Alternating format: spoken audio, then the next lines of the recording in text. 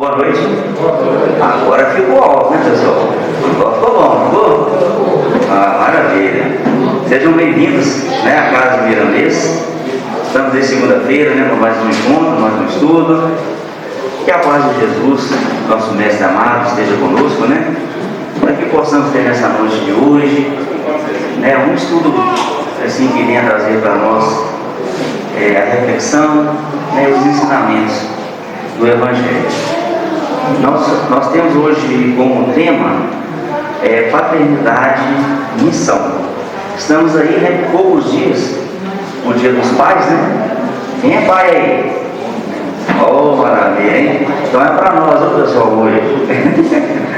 Vamos ter esse estudo aí bacana aí. Vou pedir então, nós deixamos o nosso horário para termos o início, né?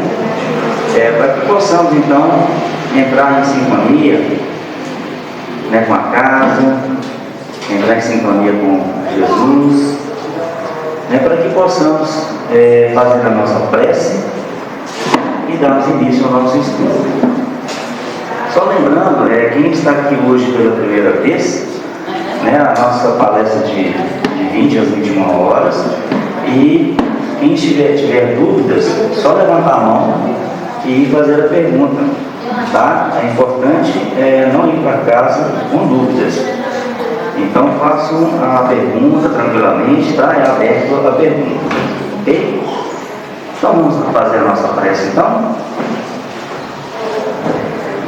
Jesus, mestre amigo, como nos disseste, onde houver 2 ou mais pessoas em seu nome, ali estarei presente.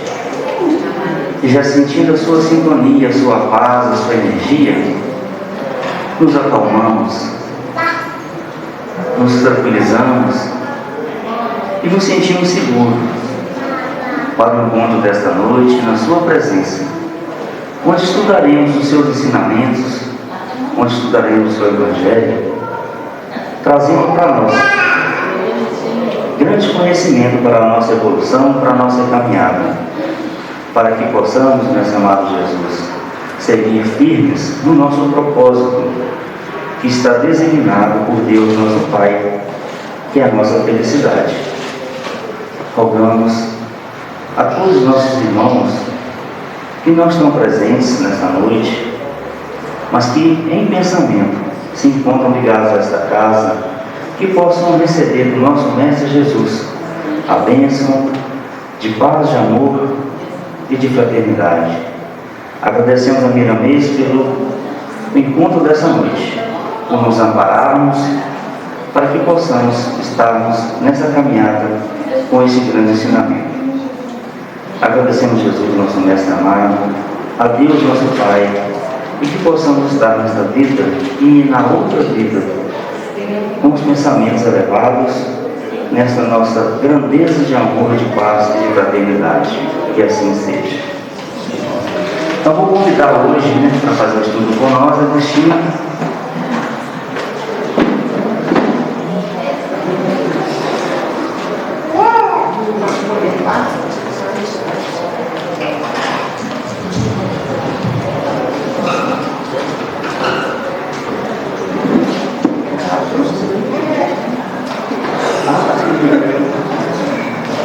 Boa noite.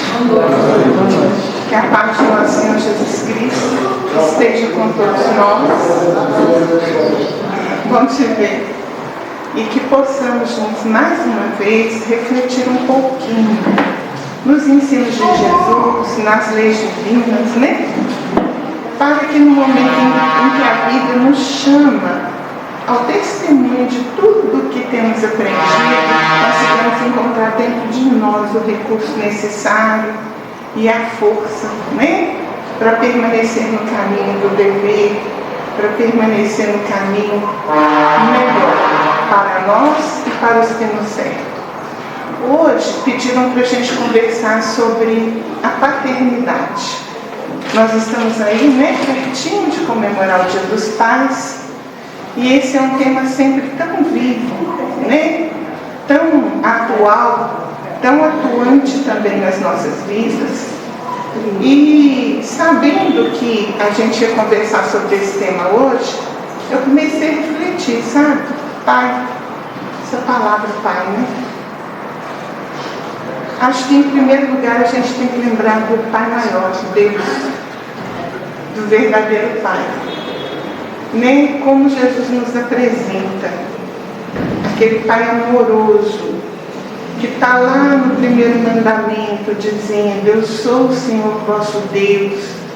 Ou nós podemos colocar nosso Pai, nos tirei do Egito, da casa de servidão, então nos libertou da escravidão, não a escravidão que alguém venha correndo as nossas mãos ou os nossos pés, mas a escravidão da ignorância, que faz com que nós fiquemos atrelados aos erros, aos equívocos que a gente comete tantas vezes, né?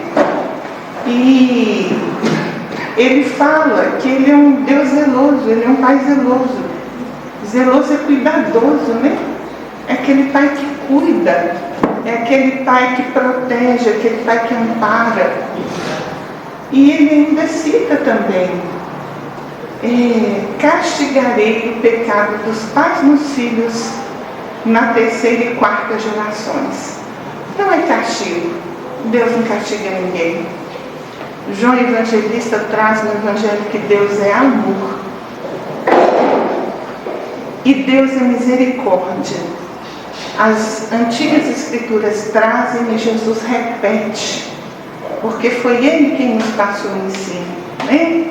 Misericórdia quero e não sacrifício. Deus não castiga ninguém, Deus não pune ninguém, Deus não quer o mal de ninguém. Nós é que através das nossas escolhas registramos em nós mesmos as nossas sementes de destino. Então nós somos livres para agir, somos livres para escolher.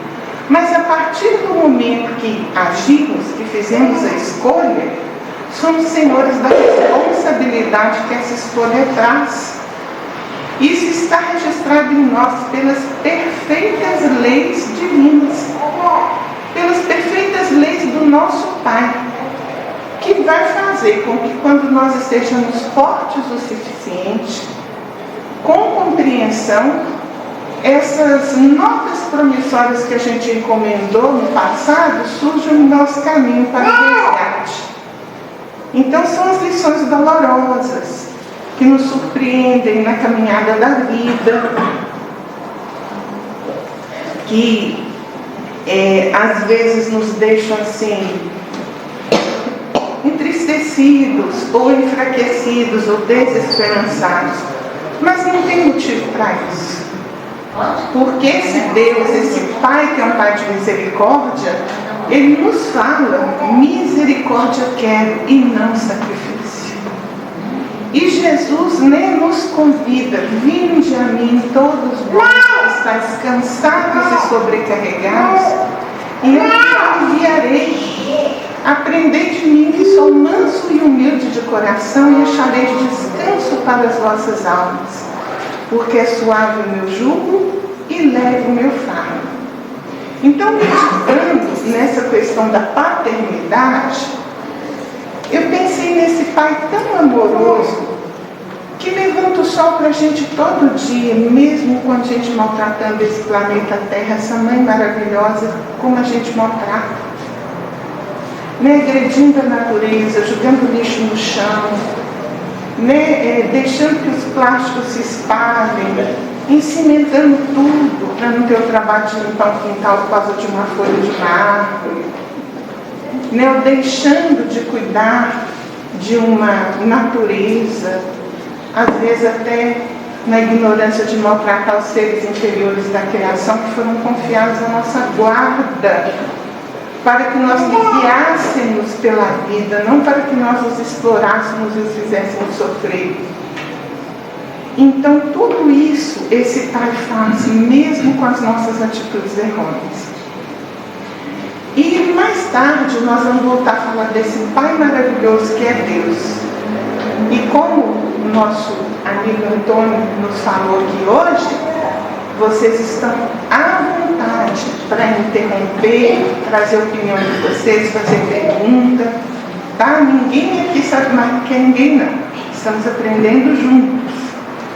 Então, quando a gente vem para o nosso Pai, mais próximo para o nosso Pai da Terra, vamos começar a pensar como que essa pessoa se tornou um pai, né? E aí eu busquei para vocês, lá no Livro dos Espíritos, Kardec, na sabedoria dele, ele que sabia tudo que a gente precisava saber, tudo que a gente queria perguntar.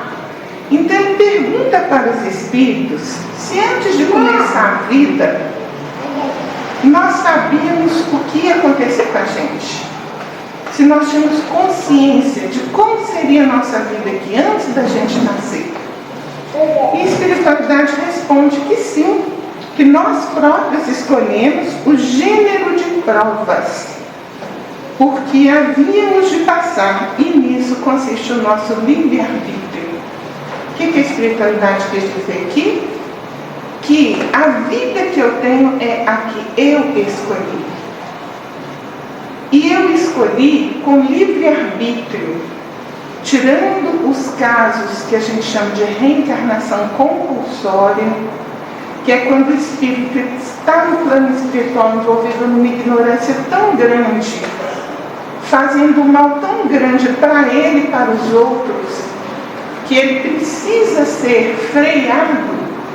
Então Deus impõe a esse espírito uma reencarnação contra a vontade dele, que é o que a gente chama de reencarnação compulsória. E essas pessoas geralmente nascem em provas muito acérrimas, né? Muito fortes, muito dolorosas. Não porque Deus castigou, mas é porque é o remédio amado, é a necessidade. Ele precisava, não tinha outro caminho. Esses casos, eles estão em menor número. A maioria absoluta de nós, criaturas medianas, escolhemos, de acordo com a nossa liberdade, olhando para a vida que tivemos, os erros e acertos que cometemos. Então a gente escolhe a vida que vai ter. Então, o Kardec, né, dentro dessa sabedoria, falou assim, tá, então se somos nós que escolhemos, se nós usamos o nosso livre-arbítrio, se eu usei a minha liberdade para escolher, o que me dirigiu nisso? Ou seja, o que me motivou a fazer essa escolha? Por que foi isso aqui que eu vivo que eu escolhi? E olhem a maravilha da resposta da espiritualidade. Escolhemos de acordo com a natureza das nossas faltas, as que nos levem à expiação delas e a progredir mais depressa. Uns, portanto, impõem a si mesmo uma vida de misérias e privações, objetivando coragem. Outros preferem experimentar as tentações da riqueza e do poder, muito mais perigosas, pelos abusos e má aplicação a que podem dar lugar, pelas paixões inferiores que uma e outras desenvolvem. Muitos, finalmente, se decidem a experimentar suas forças nas lutas que terão que sustentar em contato com o vício. Então, gente, nós vamos escolher vir ricos ou vir pobres, vir poderosos ou vir subalternos, vir numa família virtuosa ou vir numa família viciosa, de acordo com a nossa necessidade. Vamos dar um exemplo? Digamos que eu tenha sido uma pessoa assim, desequilibrada no campo do vício, por exemplo, do alcoolismo. Então eu me arrependi dos erros que cometi e cheguei no plano espiritual e decidi então mudar. Decidi fazer alguma coisa para me melhorar. E aí eu encontro todo o amparo de Deus através dos seus mensageiros. Eu sou ensinada, eu sou preparada em todos os sentidos. E aí quando eu estou em condições, eu peço para nascer de novo. Onde que eu vou nascer? O que vocês acham? Fala para mim. Onde? No meio de viciados, para poder sustentar aquela disposição de vencer a si mesmo, né? Muito bem, como é que você chama? Matilde. Ó, a Matilde falou, no meio de viciados, para poder enfrentar a disposição de vencer a si mesmo. Olha que coisa linda, é isso mesmo. Mas quem é que vai aceitar nos receber? Um estranho? Uma pessoa que não sabe nem quem nós somos? O mesmo grupo, né? Não sai assim não. O mesmo grupo, só que vai mudando as posições, né? Tá vendo? Olha, Matilde hoje está inspirada. É isso mesmo, né? É isso mesmo. É o mesmo grupo. Então são as pessoas que me ajudaram a caminhar no vício. São as pessoas que me levaram ao vício. São as pessoas que contribuíram para que eu entrasse naquele caminho. Serão meus pais. As famílias não são formadas por acaso, né? Mas no livro dos Espíritos, dentro da lei de sociedade e dentro da lei do progresso, tem uma parte da resposta. Eu não vou trazer tudo para não desviar o nosso assunto, mas a espiritualidade fala assim: os laços sociais, ou seja, esses laços que nós temos aqui, né? Eu, vocês todos, todo mundo, a sociedade. Então eles falam assim: os laços sociais são necessários ao progresso. É uma necessidade. Ninguém progride sem esses laços. E eles continuam falando. E os de família, mais apertado tornam esses laços.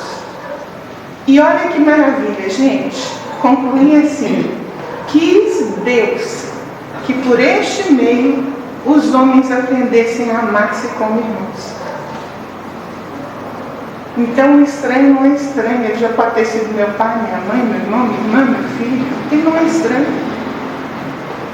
E enquanto nós não abrimos para essa fraternidade real, enquanto nós não compreendemos que somos todos filhos do mesmo Pai, que eu preciso ser rigorosa comigo, indulgente com as fraquezas do outro, porque o outro vai responder para Deus, assim como eu. Eu não tenho que ser juiz de ninguém. O André Luiz fala: você não sabe onde seu pé vai tropeçar. Às vezes a gente se julga muito forte, muito capacitado. E quando surge aquela prova no nosso caminho, a gente tropeça e cai. Às vezes a gente é levado a ouvir uma coisa que a gente não quer, né? Que coisa chata, eu não quero escutar isso. Mas a pergunta que eu preciso me fazer é: por que eu não quero escutar? Por que aquilo que está sendo falado me incomoda tanto? Por que isso está me tirando da minha zona de conforto? Né? Então, essas famílias não se formam por acaso. Então, aquele pai que recebe aquele filho não recebeu por acaso. Alguém quer falar alguma coisa? Não? Então, vamos prosseguir. Na questão 207, o Allan Kardec pergunta assim: olha, de onde que vem a parecência moral entre pai e filho? Presta atenção. Ele está perguntando por que os filhos parecem com o pai. Mas ele não está falando da aparência física não, do rostinho, do corpinho não. Ele está falando da aparência moral, daquela tendência do filho a ser como o pai. E olha a resposta da espiritualidade: é que uns e outros são espíritos simpáticos, que reciprocamente se atraíram pela analogia dos pendores. Presta atenção, está falando que é todo mundo bonitinho? Não. Está falando que são simpáticos. Quer dizer que um se afiniza com o outro, um simpatiza com o outro. Pode estar simpatizando no mal, né? Então está falando o seguinte: reciprocamente se atraíram. Então é igual a imã atrai o ferro, né? Um atrai o outro, pela analogia dos pendores, pela igualdade das tendências. Tem erro na lei de Deus? Tem algum pai com filho errado? Tem algum filho com pai errado? Não. Na nossa observação humana fica parecendo que está. Quando eu era mais iniciante, sem ser espírita, eu tinha uma revolta com Deus, eu achava assim que eu não merecia passar aquelas coisas que eu estava passando. E quanto mais eu me revoltava, mais o chicote descia. Mais piorava, é verdade, mais piorava. Aí depois que eu me tornei espírita, aí foi fundo, agora estou meio pianinho. Aí foi, né, Matilde? Pois é, foi fundo e vai. É assim mesmo. Então isso é verdade, gente, porque a gente briga com Deus, a gente se revolta com Deus, né? Então assim, eu tive um momento que meu menino pequenininho, meu filho pequeno, e ele tinha uma infecção de ouvido e garganta que não tinha remédio que sarasse. E teve uma noite que ele estava gritando tanto de dor que chegou a escorrer assim sangue no ouvidinho dele.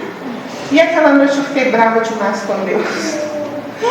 Eu fiquei brava demais mesmo. Eu falei, o senhor não está ouvindo, o senhor não está enxergando, onde é que o senhor está?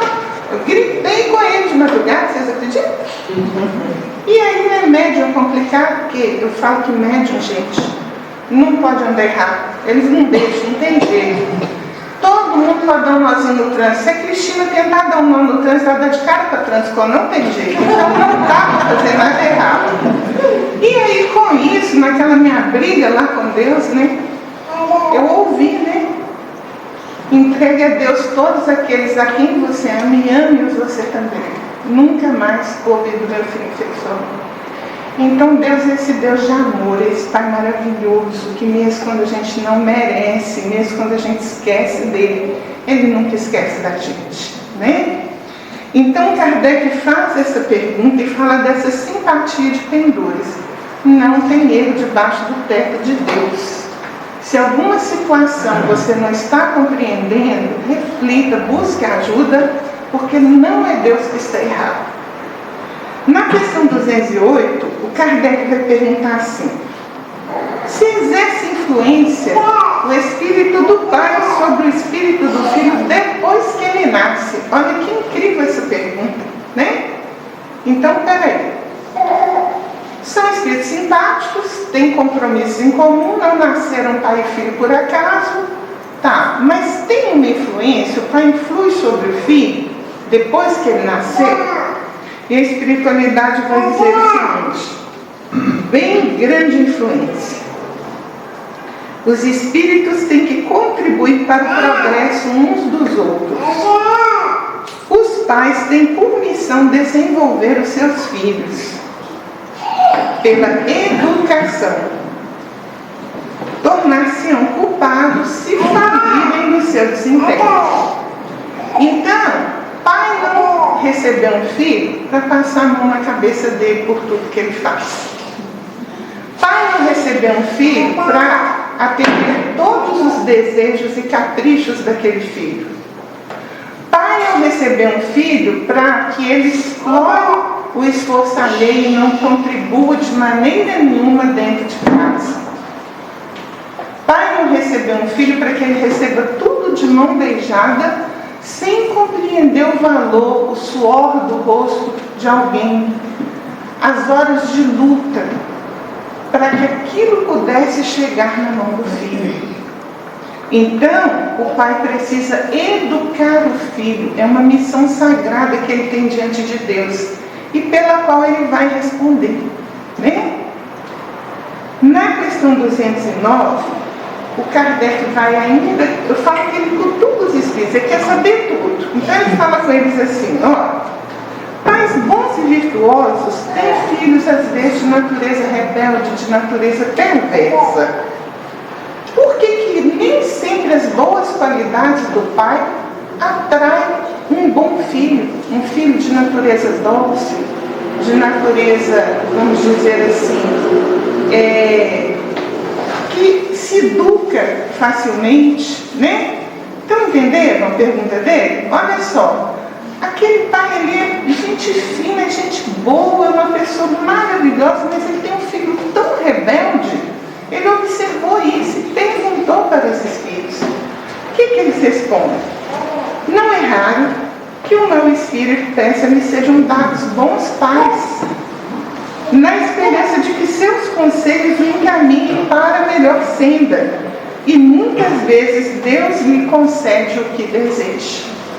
Então, se os pais já têm um passo a mais na evolução e recebem como um filho um espírito que ainda está um passinho para trás na rebeldia, né?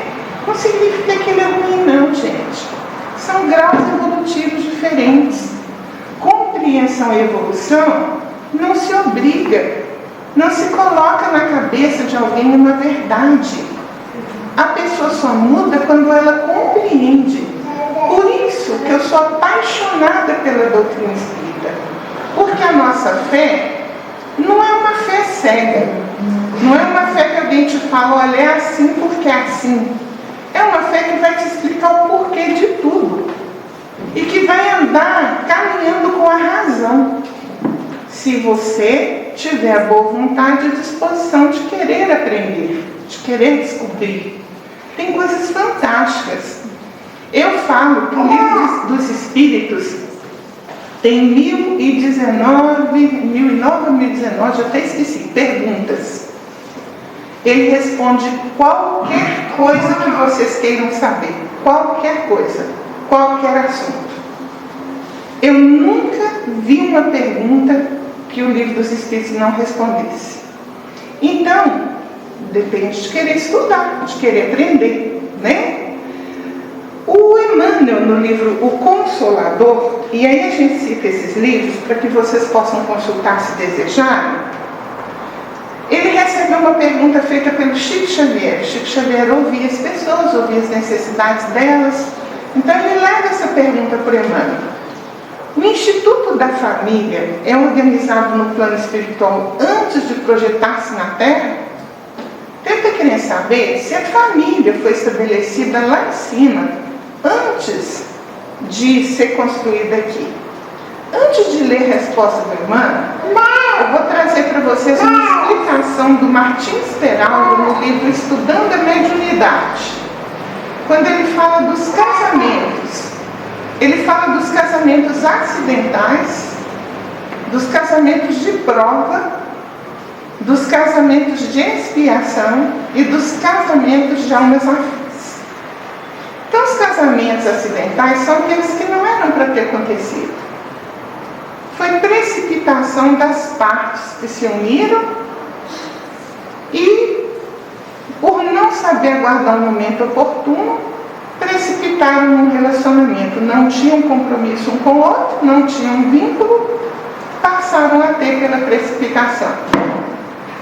Dificilmente darão certo, mas não é impossível, né? Aí nós temos os casamentos de prova, que é aquele que foi escolhido pelos dois, né? As duas partes, sabendo os compromissos passados que tinham, decidem realizar aquele vínculo para resgatar os compromissos. São difíceis, mas são os menos difíceis, né? Tem os casamentos de expiação, em que um deles é muito devedor do outro. Um deles é que levou o outro a afundar muito. São casamentos muito dolorosos, em que geralmente um sofre demais. E tem um casamento de almas afins, que é aquele das almas que realmente se amam, se procuram, se encontram e que comungam muito um com o outro, e que são muito raras na Terra. Muito raras, né? Ok. Baseado nessas explicações, vamos ouvir a resposta do Emmanuel. O Emmanuel vai falar assim: o colégio familiar, então o conjunto da família, tem suas origens sagradas na esfera espiritual. Em seus laços reúnem-se todos aqueles que se comprometeram no além a desenvolver na Terra uma tarefa construtiva de fraternidade real e definitiva. Então, para que a família se uniu? O que a família combinou lá em cima? Que viriam para construir uma fraternidade real e definitiva. Todo mundo lembra disso? Vocês lembram? Fala mentira não, viu? Porque de noite, quando a mãe deixa um pedaço de bolo, né? Aí ela fala, ó, esse bolo aqui é para você e seu irmão, né? E aí o que acontece? Você chega, seu irmão não chegou ainda, você corto o maior pedaço para você e deixo o menor para ele, né? Quando você progredir um tiquinho, você vai cortar meia mesmo. E quando você melhorar um pouquinho mais, você vai deixar o maior pedaço para ele. Essa semana eu ri muito no meu trabalho, que tinha uma coisa gostosa lá. Aí uma colega de trabalho comeu e falou assim: nossa, meu marido adora isso, é louco com isso. Eu falei: por que você comeu tudo e não levou para ele? Ela falou comigo: ele nem vai saber que eu comi. Então, essa fraternidade real nossa ainda está longe de acontecer, mas nós estamos nos esforçando, nós vamos chegar lá. Um dia a gente vai partir o bolo meio amigo, né? Então vamos lá. O Emmanuel continua falando: preponderam nesse instituto divino os elos do amor, fundidos nas experiências de outras eras, de outras vidas. Todavia, aí incorrem igualmente os ódios, as perseguições do pretérito obscuro, a fim de se transfundirem em solidariedade fraternal, com vistas ao futuro. Gente, pensa nisso. Todo mundo que está dentro de casa se ama? Não.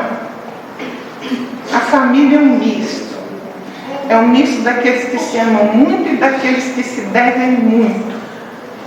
Formada na maioria absoluta das vezes por escolha dos próprios membros, com base no que eles fizeram de errado uns para com os outros, e com um objetivo de mudar aquele ódio, aquele mal que foi praticado, em solidariedade fraternal. Mas como que eu vou proceder essa mudança se eu estiver esperando que o outro faça em vez de eu fazer? Não importa o que o outro fez com você, a escolha mora em você. Quando Jesus te propõe e oferece a outra face, não é uma proposta para você parar na frente do outro e receber um tapa do outro lado. É uma proposta para você responder ao mal que você recebeu com o bem que você possa fazer. Nós não vamos mudar o mundo, a gente só consegue mudar a gente mesmo. Ninguém muda o outro, é ilusão. Se tiver querendo casar achando que você vai mudar o outro, não casa não, porque esse trem vai dar errado. Ninguém muda o outro, entendeu? Você muda você mesmo, você mesmo. Então é necessário que nós olhemos para dentro de nós mesmos e verifiquemos o que mais eu posso fazer para que haja mais solidariedade, para que eu olhe para o ato do meu irmão que me desgostou, que me entristeceu, que me aborreceu, que me tirou a paciência, com solidariedade fraternal, com vistas ao futuro. Então o que o Emmanuel está falando aqui? Eu preciso me colocar no lugar do outro. Ele errou. E se fosse eu que tivesse errado, o que eu ia esperar? Ser perdoado, ser compreendido, que alguém tivesse indulgência comigo. Então vamos oferecer isso para o outro, porque é isso que eu gostaria de ver. Isso vai fazer com que eu melhore, com que eu mude. E se eu mudar, alguém vai mudar do meu lado. E quando muitos mudarem, o mundo vai mudar.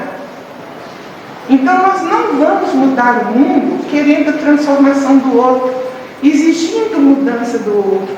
Nós só vamos conseguir mudar o mundo quando essa mudança acontecer dentro de nós.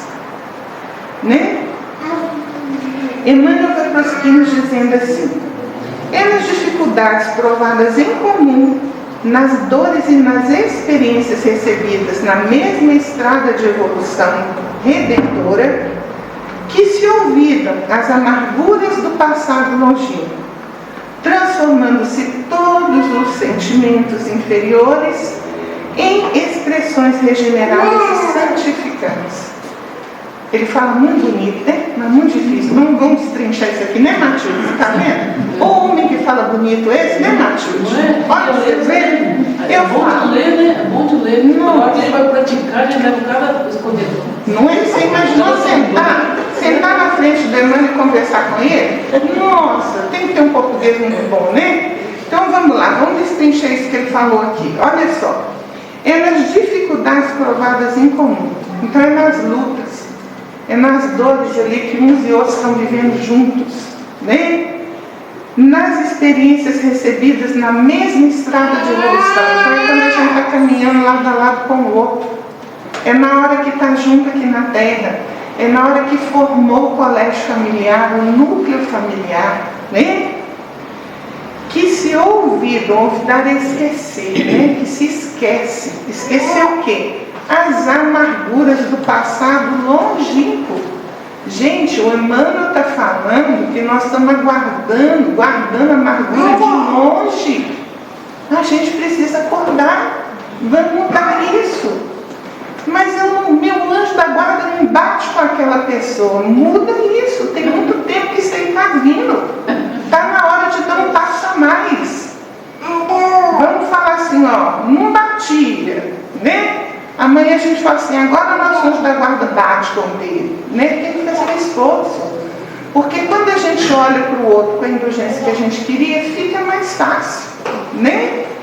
Então ele fala, esquecemos as amarguras longínquas que vêm lá de trás do nosso passado, sabe-se lá de quantas vidas, transformando, mudando todos os sentimentos inferiores. Então tudo aquilo que não é bom, tudo aquilo que é negativo, tudo aquilo que não constrói, né, em expressões regeneradas e santificantes. Mudar, oferecer a outra face do convite de Jesus. O meu irmão, na ignorância dele, por não entender, por não compreender o que eu compreendo, fez isso comigo. Mas eu tenho a oportunidade de responder com a paz, de responder com perdão, de responder sendo indulgente, fazendo bem para ele. Eu estou dizendo que você é obrigado a amar uma pessoa que está te fazendo mal? Não existe isso, né, gente? O amor é natural. Talvez você não consiga amá-lo, mas você pode escolher não fazer o mal para ele. E você pode escolher fazer o bem.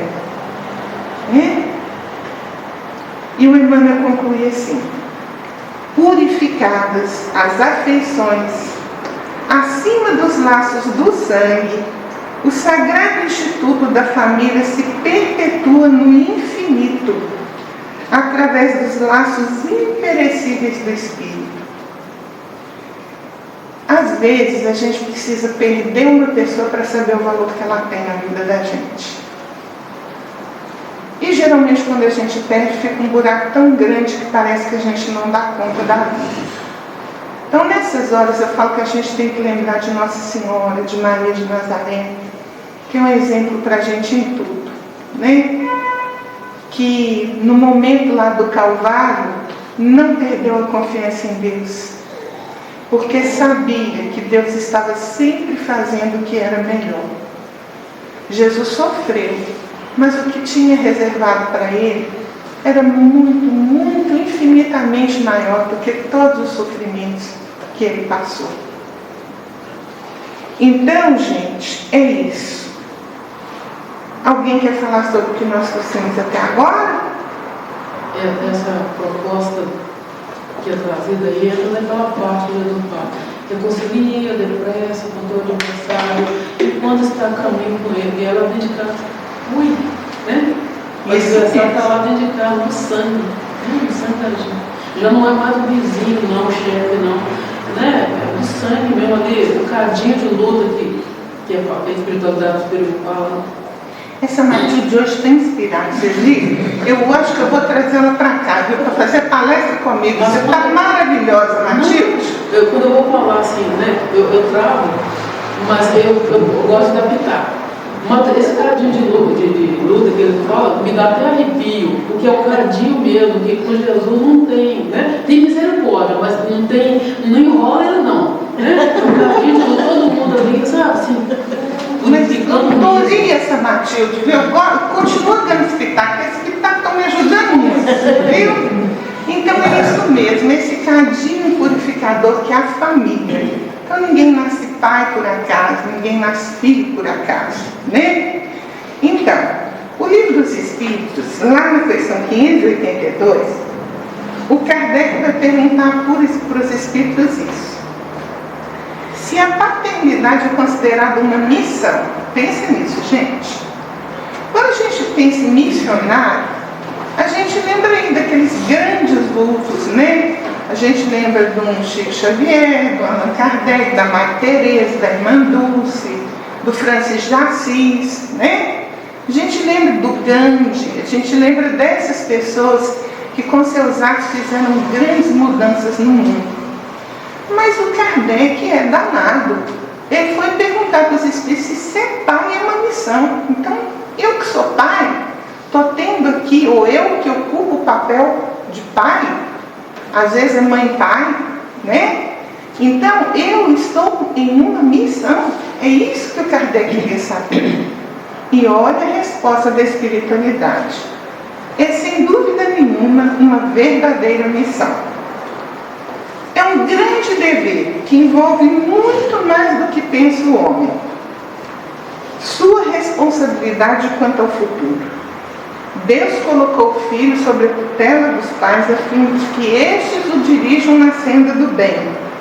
E lhes facilitou a tarefa, dando àquele uma organização débil e delicada, tornando-os propícios a todas as impressões. Eu vou parar aqui para a gente comentar isso. Então a espiritualidade nos afirma que é uma verdadeira missão e que envolve o homem muito mais do que ele pensa. E fala que Deus, para ajudar o homem nessa missão, colocou o filho sobre a guarda dele, sob a orientação dele, com uma organização débil e delicada. O que o Kardec quer dizer aqui? Nós podemos comparar a criança com um triângulo. Então vamos pensar que esse triângulo é uma personalidade da criança. Ele tem 3 lados. Um desses lados, ela é um espírito eterno. Está ali no formato de um bebê, acabou de sair do ventre da mãe, mas é velho, é muito velho, já nasceu muitas vezes, é um espírito eterno. Então ele vem com todas as tendências do passado. Quem que você recebeu dentro de casa para educar? Você não sabe. Como que você vai saber? Observando as tendências dele. Observando as tendências, você vai ver com o passado, com a carga de experiências que ele traz. O outro lado do triângulo é que esse espírito antigo, com todas essas tendências, nasceu com esquecimento do passado. Então ele não lembra quem ele foi, ele não lembra quem ele foi, ele não lembra nada. Por quê? Para que você possa ajudá-lo a escrever uma nova história. A página está em branco. Qual a história que esse filho vai escrever? Vai depender da orientação que você conseguir, que você for capaz de passar para ele, através da educação. E o Kardec fala não da educação que instrui o cérebro, o Emmanuel também fala isso. Não é encher a cabecinha do seu filho de informações, é educar cérebro, coração e mãos. Então é você educar moralmente o seu filho, é desenvolver o caráter do seu filho, é passar para o seu filho os valores. Então o seu filho não vai ser aquele que vai cortar o maior pedaço de bolo para ele e deixar o menor para o irmão. No mínimo ele vai cortar meio a meio. E se você conseguir ajudá-lo a escrever uma bela história, ele ainda vai cortar o maior pedaço para o irmão e ficar com o menor pedaço para ele. Né? Então, essa é a tendência da criança. Qual que é o terceiro lado que está faltando? Ele é uma personalidade biológica em informação. O que quer dizer isso? O cérebro está desenvolvendo, o corpo físico está desenvolvendo. Então, aquele espírito não está completamente ligado ao corpo. Ele está inicialmente ligado quando ele nasce. Aos 7 anos, aquela ligação aperta um pouquinho. Por isso que tem aquela mudança psicológica na criança. Aos 14 anos vai apertar mais um pouco. Aí que a gente vê toda aquela mudança da adolescência que acontece. E aos 21 fecha. Então, o Emmanuel diz o seguinte: você pode fazer tudo por uma criança até os 7 anos. Tudo, qualquer coisa. Depois dos 7 é mais difícil. Depois dos 14, quase impossível. Tem que tentar, não pode desistir. Então vamos começar cedo. Mas vamos começar com o mais importante, porque aquele filho, ele já nasceu inúmeras vezes. Ele já teve inúmeras oportunidades de existência. Ele já teve dinheiro, ele já foi pobre, ele já teve poder, ele já teve tudo. O que é mais importante? É você apresentar Deus para ele. É você levar Jesus para ele. É você dar para ele a educação moral em primeiro lugar. Hein? Então, a espiritualidade vai prosseguir, respondendo Kardec sobre a missão da paternidade. Muitos há que cuidam de aprumar mais as árvores do seu jardim do que de formar o caráter do seu filho. Se este vier a sucumbir por culpa deles, suportarão os desgostos da queda e partilharão dos sofrimentos do filho na vida futura, por não terem feito o que lhe estava ao alcance, para que ele avançasse na estrada do bem. Não tem erro, não cumpriu a missão, continua ligado àquele laço em situação agravada. Então luta agora, não desiste não, é melhor. Né? Vamos fazer tudo o que estiver ao nosso alcance. E Deus está nos cobrando que a gente não pode fazer? Não. Ele está dizendo aqui tudo que está ao nosso alcance. Né? Então, gente, na questão 928, o Allan Kardec faz uma pergunta muito curiosa que envolve muito relacionamento de pais e filhos na vida atual. Ele vai falar assim, olha, por meio da aptidão natural, o que é aptidão natural? O dom que cada um traz na vida, né? Um tem o dom da música, o outro da engenharia, o outro da costura, cada um traz um dom na vida, uma coisa que gosta de fazer. Então, o Kardec pergunta para os espíritos assim, por meio dessa aptidão, desse dom que a pessoa traz, Deus indica a vocação daquela pessoa nesse mundo.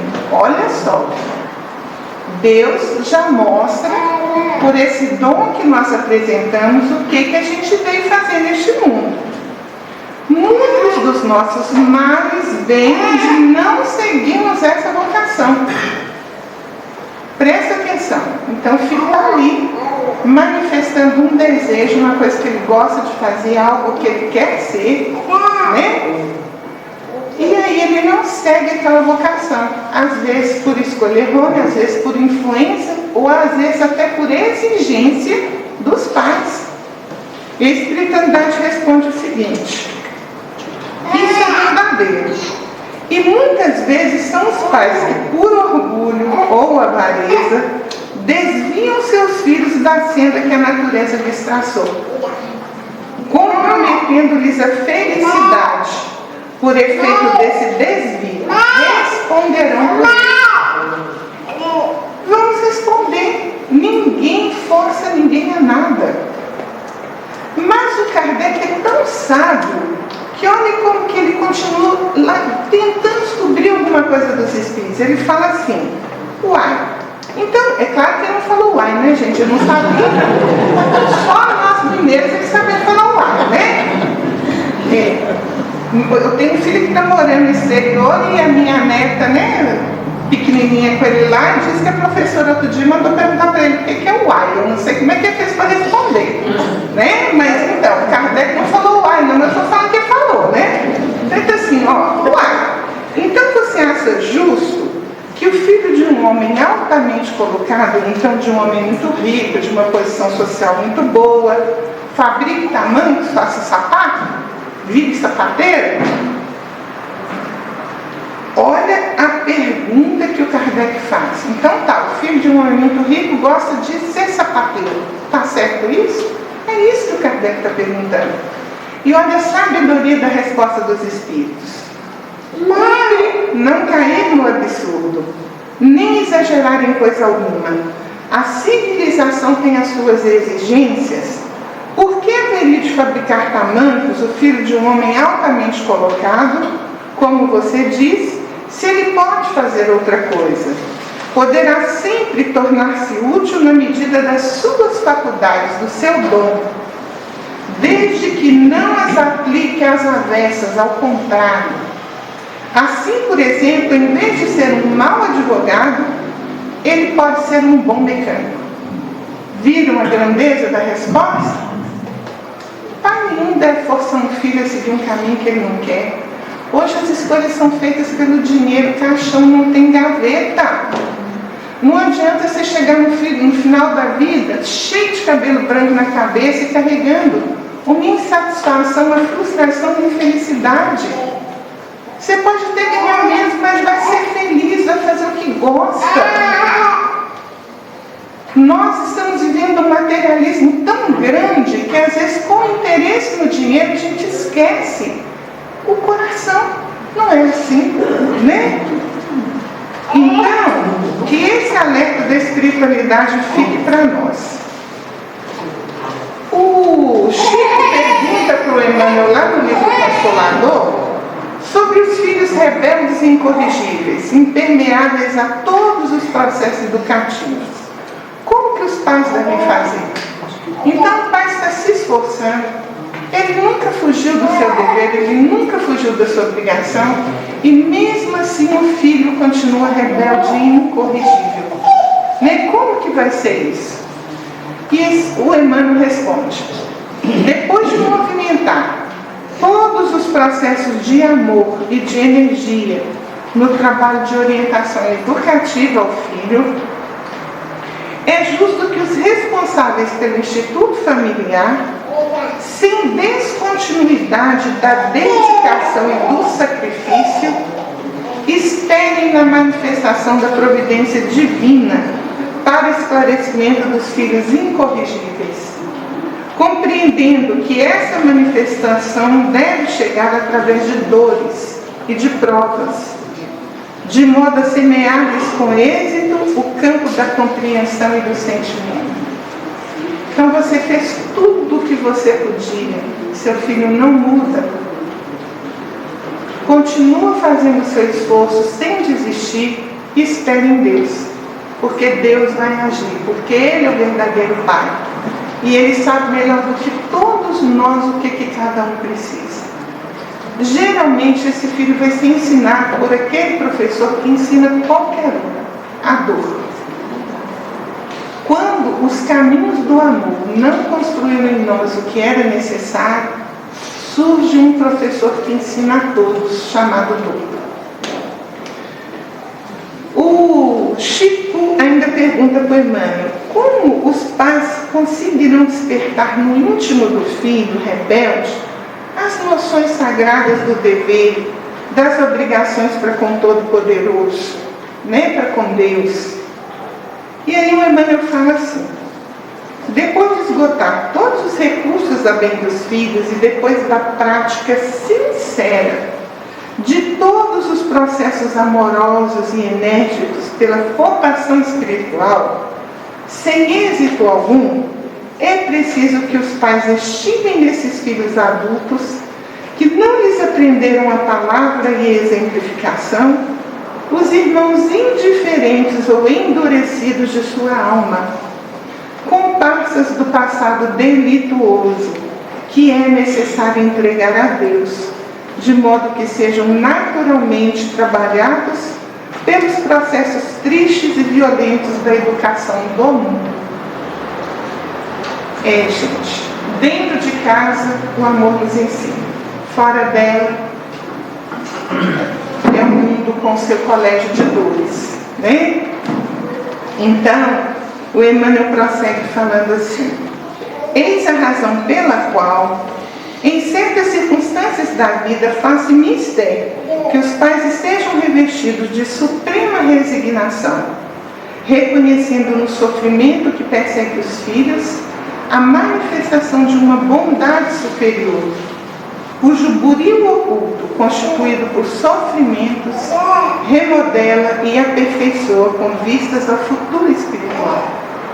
Então a dor age como aquele buril do escultor, né, que vai batendo, vai cortando a pedra para que ela se modele.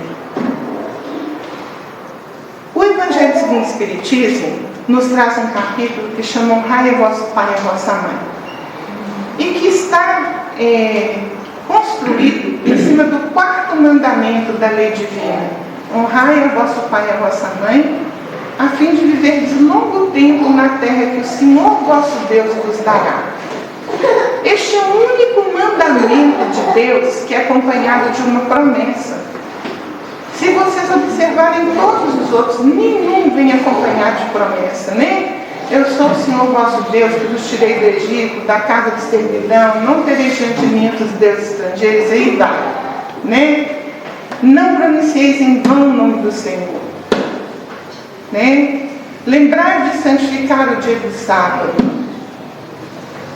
Não roubeis, não mateis, não cometeis adultério, não cobiceis a mulher do seu próximo, ou o servo, ou a serva, ou o que ele possui. Nenhum é acompanhado de uma promessa. Só este: honrai a vosso pai e a vossa mãe, a fim de viverdes longo tempo na terra que o Senhor vosso Deus vos dará. E está no futuro. Mas peraí, a gente já não está na terra? Então que terra é essa que esse mandamento está falando? Esse mandamento está demonstrando a lei de causa e efeito. Ninguém burla a lei de Deus. Se você for um bom filho e honrar o seu pai, aquele pai que não mediu esforço, que passou a noite em claro, que deixou de comer para que você comesse, que deixou de vestir para que você vestisse, que mesmo cansado teve todos os esforços para te dar o que era necessário, seja materialmente ou seja moralmente. Se você for um bom filho para ele, a vida vai te devolver o bem que você fez. E você vai permanecer aqui quando a Terra for o planeta de regeneração. É por isso que o mandamento está colocado no futuro. É a Terra onde o amor vai vigorar. Então, nós trouxemos aqui para vocês, para finalizar o nosso estudo da noite, a passagem que Jesus nos convida a olhar os lírios do campo e os pássaros do céu. É uma parábola longa, então eu vou me ater só a algumas partes que têm a ver com o nosso assunto de hoje. Quando dentro da parábola, Jesus vai nos dizer: não vos inquieteis por saber onde achareis o que comer para o sustento da vossa vida, nem de onde tirareis as vestes para cobrir o vosso corpo. Observai os pássaros do céu, não semeiam, não ceifam, nada guardam em celeiros, mas vosso Pai Celestial os alimenta. Observai como crescem os lírios do campo, não trabalham, não fiam. Entretanto, eu vos declaro que nem Salomão, em toda a sua glória, jamais se vestiu como um deles. Deus, que tem o cuidado de vestir dessa maneira a erva dos campos, que existe hoje e amanhã será queimada no fogo, quanto maior cuidado não terá em vos vestir, ó homens de pouca fé. Vosso Pai sabe as necessidades que tendes. Buscai primeiramente o reino do céu e sua justiça, e todas as coisas vos serão acrescentadas. Deus é Pai, não é carrasco. Qual é o pai que seu filho pede pão vai dar uma pedra? Então, se você precisa de algo, peça, porque Deus vai te conceder. Se é para o seu bem, Deus vai te conceder. Mas peça sabedoria de compreender a resposta divina. E para encerrar nossa noite, o nosso assunto, eu vou trazer para vocês a pergunta que eu, Cristina, falo que para mim é a pergunta mais linda que o Livro dos Espíritos tem, que é a questão 963 do Livro dos Espíritos, onde Allan Kardec pergunta assim: com cada homem pessoalmente Deus se ocupa? Não é ele muito grande e nós muito pequenininhos, para que cada um em particular tenha a seus olhos alguma importância? está perguntando aqui, será que Deus sabe de mim? Sabe que eu estou aqui agora, o que eu estou passando, o que eu estou sentindo? Ele não é grande demais e eu, o que eu sou nesse universo? Uma poeirinha. Será que Deus sabe? É isso que o Kardec está perguntando. E olha a resposta dos espíritos. Deus se ocupa com todos os seres que criou, por mais pequeninos que sejam. Nada para a sua bondade é destituído de valor. Então, gente, nada para a bondade desse Pai, a quem nós devemos muitas e muitas vidas que já nos foram concedidas, para que nós nos melhorássemos, para que nós nos esforçássemos, para que nós aprendêssemos a ser melhor, para que nós aprendêssemos a nos amar uns aos outros. E nós estamos aqui, e do outro lado tem bilhões de espíritos que gostariam de estar no nosso lugar e não tiveram oportunidade. Então vamos aproveitar esse dom sagrado da vida que o Senhor nos concedeu. E vamos honrar os nossos pais. E vamos ser como pais, aquele pai que educa, que guia o seu filho nos caminhos de Deus. Como diz as Escrituras, criar esse filho no caminho em que deve andar e até quando crescer, jamais se desviará dele. Que a paz de nosso Senhor Jesus Cristo permaneça no meio de todos. E muito obrigada pela paciência com que nos ouviram. Viu?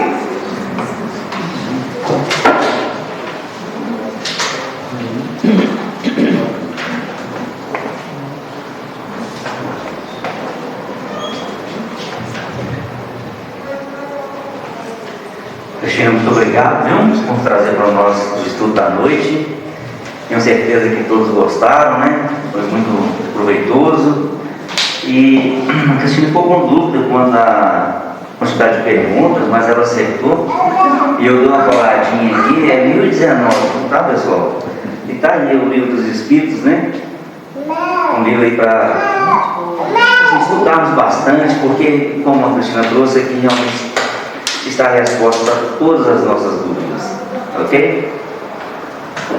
Bom, pessoal, então, domingo aí, né, aproximando aí, já é a data comemorativa do Dia dos Pais, então já deixamos para vocês aí, né, um grande abraço, um feliz Dia dos Pais, e curtam, gente, curtam esse dia, né, porque é um projeto divino, como a Cristina trouxe para a gente aqui. É estarmos junto com a família, pai, mãe e filho. Então vamos honrar isso, né? Que Deus, nosso Pai, criou. Isso é um projeto divino que foi criado. Então vamos aproveitar e vamos amar esse dia, amar esse momento e amar a nossa família. Ok? Nós vamos então fazer a prece final. E depois da prece temos o passe, né? Quem for participar do passe, podem fazer a fila ou podem aguardar sentados que a coordenadora chama no local. Quem for permanecer por paz, pessoal, nós pedimos encarecidamente o silêncio a corroborar nesse momento maravilhoso que é receber essas energias que vai nos trazer um benefício para o nosso espírito. Tá bom? Então eu vou convidar a Cristina para fazer a prece final por nós.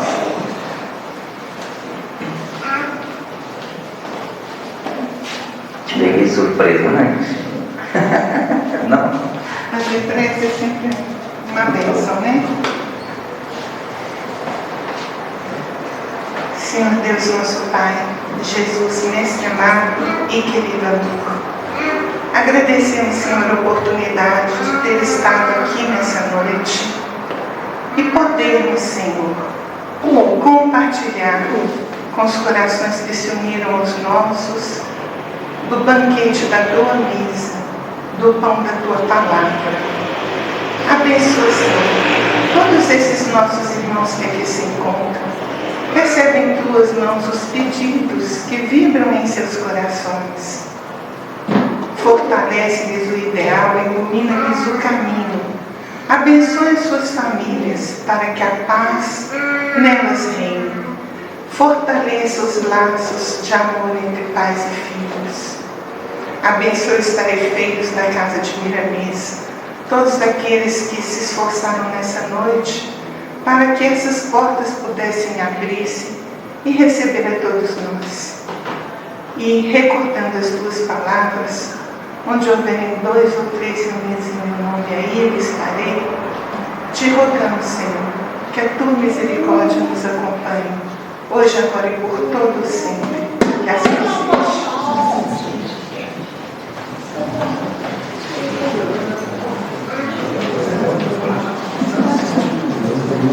Boa noite, pessoal. Muito obrigado.